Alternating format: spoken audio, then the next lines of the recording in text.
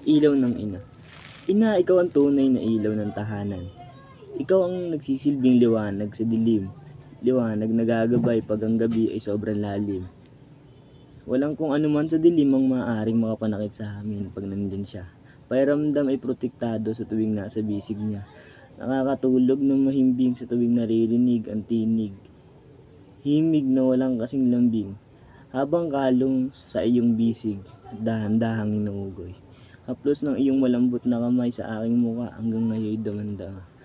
Katulad ng pagmamahal mo na may tuturing naming ginto. Na kahit na sino man ang mailalang babae na ang magmahal sa amin ay wala pa rin kapares ang iyong pagmamahal.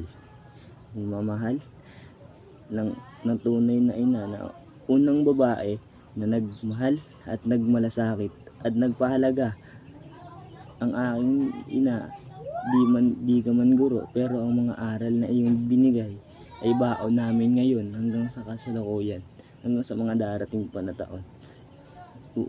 Wala nang ibang salita ang maaaring makapaglarawan kung gaano ako kaswerte na ikaw ang aking ina. Maraming salamat sa iyong bukod tanging pagmamahal. Mahal ka namin, ma.